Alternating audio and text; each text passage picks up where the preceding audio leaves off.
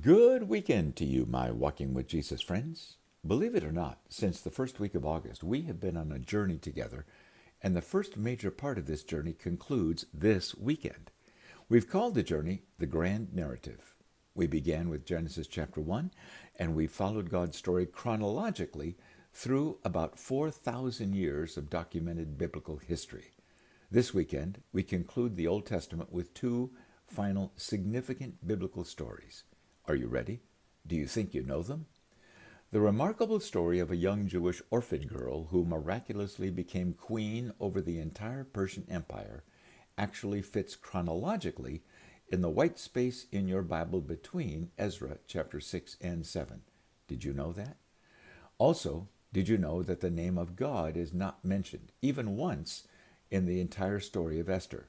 Yet, the miraculous, powerful, sovereign work of God is seen throughout this amazing story of orphan Hadassah, who was given the name Esther, her uncle Mordecai, who raised her as his own daughter, and evil Haman, who was determined to accomplish the worldwide annihilation of all Jews. You may know this remarkable story results in God miraculously protecting his Jewish people, and that event is celebrated each year by Jews around the world today.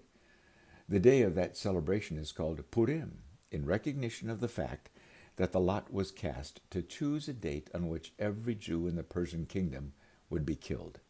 Yet, as a result of God's amazing guidance of the lives of Esther and Mordecai, and God preventing the Persian king from sleeping one night, the king discovered truth about Mordecai having saved his life, which in turn saved the lives of millions of Jews. While the name of God is not mentioned, the evidence of God's involvement in every aspect of the story is unmistakable and challenges us to look for what I call the fingerprints of God in our lives.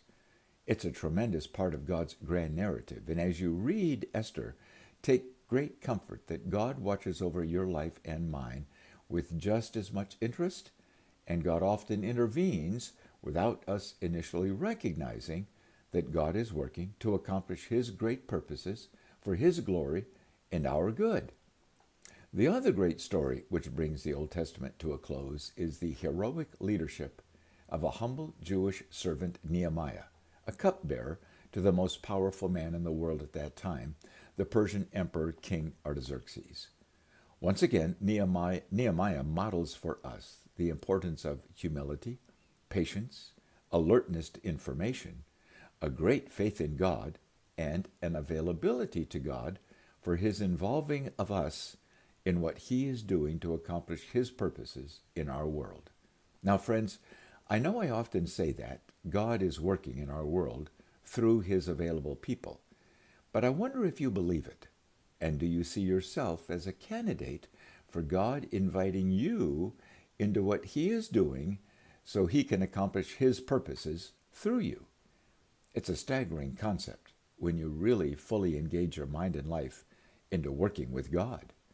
I know it changed my life, my marriage, my family, and my worldview when I embraced the concept and made myself fully available to God anytime, anywhere, for anything he wanted to do.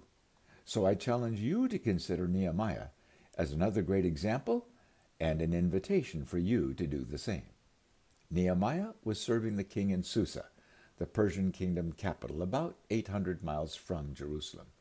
Nehemiah was a descendant, we presume, of Jews who were among those taken from Jerusalem as captives many years before during the 3 invasions of King Nebuchadnezzar.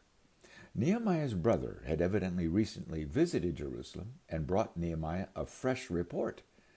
While Jerusalem was being rebuilt by returned Jewish exiles, and the great temple had already been rebuilt and was functioning well, the great protective wall around the city was nothing but rubble, left untouched since it was demolished by Nebuchadnezzar's army nearly 150 years before. But Nehemiah was a cupbearer, a servant. Of course, there was nothing he could possibly do to help the situation. Could he? I wonder if Nehemiah knew the story of the orphan Jewish girl who became queen of the land. Is it possible Nehemiah had even met her, since Esther's miraculous rise to power had happened only about 40 years before? Nehemiah had only one thing he could do: pray, earnestly pray, bringing the situation to God and inviting God to use him somehow to make a difference. You'll find that powerful story in Nehemiah chapter 1.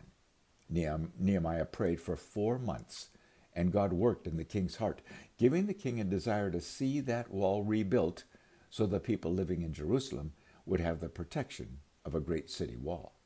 Nehemiah's remarkable adventure begins in chapter 2 as King Artaxerxes gives Nehemiah a leave of absence from his palace job and commissions Nehemiah to lead the huge project of rebuilding the city's wall.